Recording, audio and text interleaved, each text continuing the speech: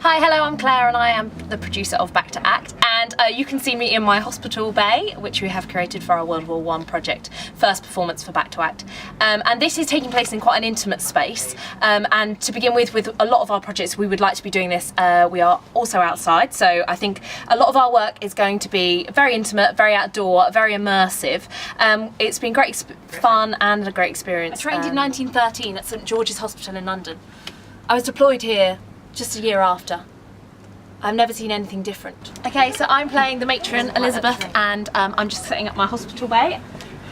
For this performance we've created 4 different characters. We've got the general, a factory girl, a munition girl, and we've also got a soldier. And we've created these people from anecdotal stories that we learnt whilst we were at the World War I Remembrance Centre. And we've all kind of then put our own twist on it, and we're hoping that the audience will be able to immerse themselves within the project and within our characters, to be able to form their own kind of experience of how the atmosphere of World War I may have been like. Those stubborn Germans have held us back once more. We need to keep our wits about us and hold firm.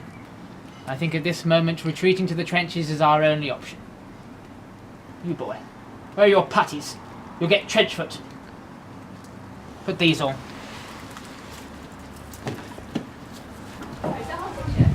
Someone's got to put their feet in there later.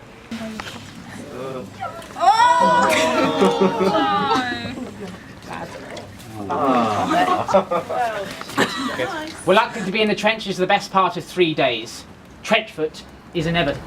Okay, so my character in our World War I project is Officer Stanley Redmayne.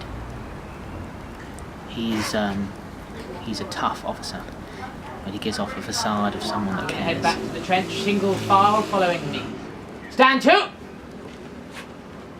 Right, turn! Left, right! Left, right! So now you know what it feels like to have trench foot. Yeah, I have a small idea. I mean, I was only in there for 10 minutes. I couldn't imagine what it'd be like for a few weeks or months even. Okay, Tommies, this isn't going to be easy. It is imperative you stay in your stationed positions at all times. Otherwise, there may be dire consequences. You need to be ready to take orders at a moment's notice. Only yesterday, Sergeant Taylor was delivering grenades to his fellow comrades when he dropped the box with the grenades in. 2 grenades pins fell out. He knew there was not time to get those grenades out the trench. In a moment of utter, unrivaled bravery, he jumped on those grenades, smothering them from his fellow comrades, taking the blast. His body was left as an unrecognisable mould mash of bloody flesh and bones. He must have saved the lives of 10 men. He is the sort of man you must all aspire to. London, July 28. Announcement of the declaration of war by Austria-Hungary on Serbia came today almost immediately after Germany and Austria had notified Sir Edward Grey, the British Foreign Minister, of their refusal to join in a mediation conference. In the meantime, Sir Edward Grey took the initiative of requesting the European powers to permit their ambassadors in London to confer with a view to a peaceful solution of the controversy. Okay, in this production, I'm playing Jim Godfrey, who is unfortunately a sufferer of shell shock. Norman was very fond of Sergeant Taylor. Poor boy is suffering from shell shock. We don't need boys like him. Come on, lads. Come on, it's all right.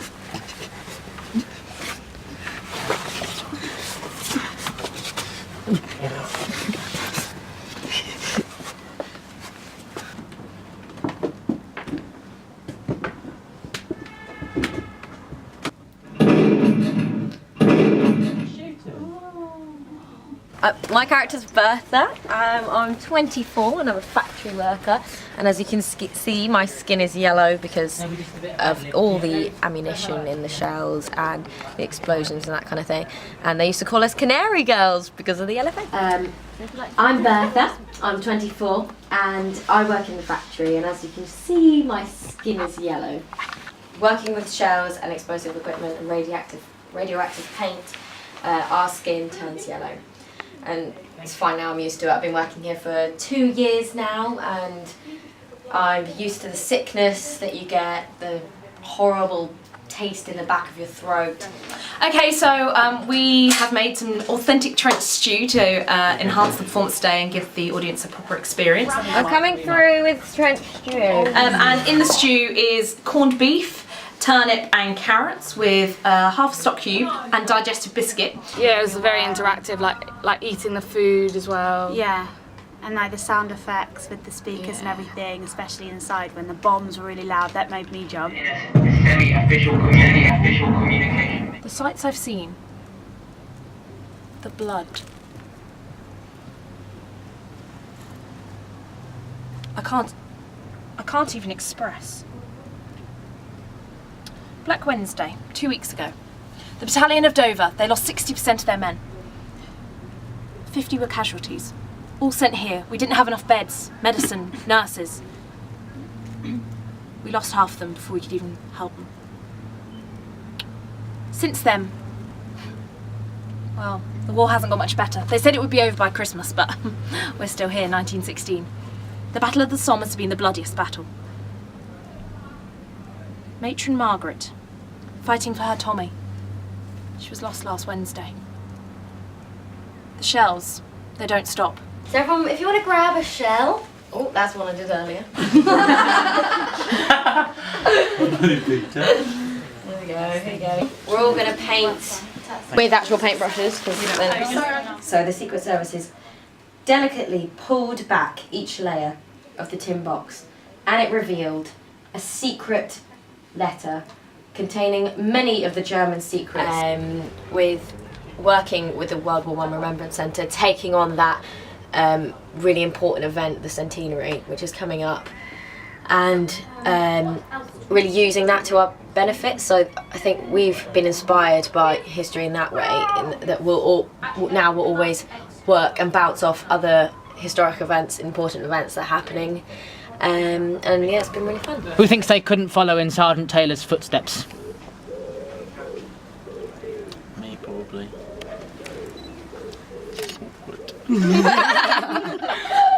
The meaning of the white feather is that women back in England during World War I were handing out white feathers to men who obviously weren't joining the ranks and helping win the war.